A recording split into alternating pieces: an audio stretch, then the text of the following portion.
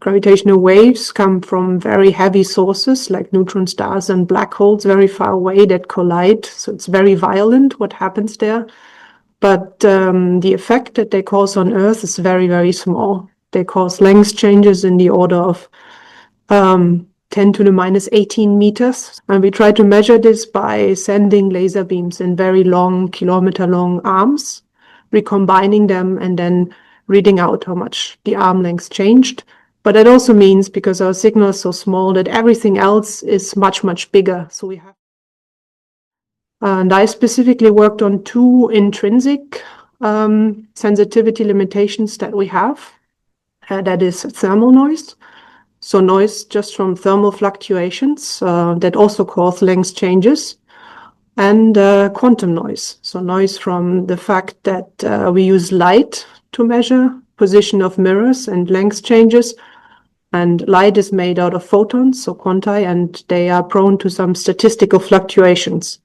And unfortunately, this is over a wide frequency range actually limiting for us. In terms of thermal noise, in future detectors, we want to reduce thermal noise by cooling them down to cryogenic temperatures. So if the temperature is lower, we have less fluctuations and less noise. But that means that we want to cool something efficiently, which is suspended. So our mirrors are hanging from multiple stage pendulums to isolate them from ground motion. But now if we connect a fridge to it and this fridge vibrates, then this is a bit counterproductive. So what I worked on is together with a company who developed an active isolator to reduce vibrations. In terms of quantum noise, I worked on the practical realization of a concept that has been around for a while, but is hard to realize, the speed meter concept. So our current detectors, we understand them to measure position of mirrors. So they measure differential arm length changes in the end.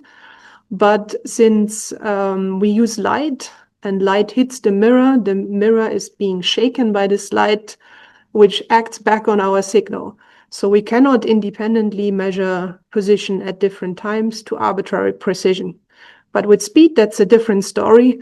One idea how to do this is to use two polarization modes. So light is also understood to be a wave.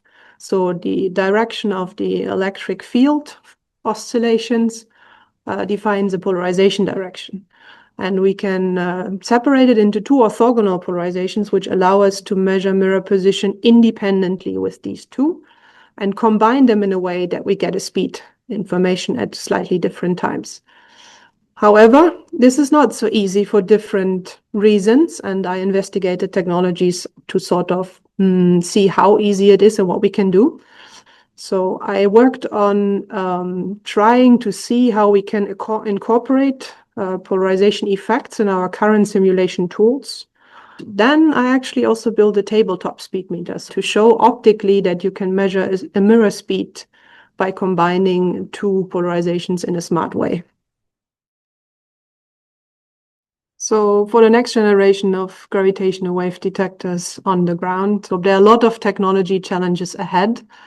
And my thesis touched on a few of them and tried to guide the way and especially make concepts that are right now only concepts, but are necessary to overcome sensitivity limitations, make them a bit closer to being realizable.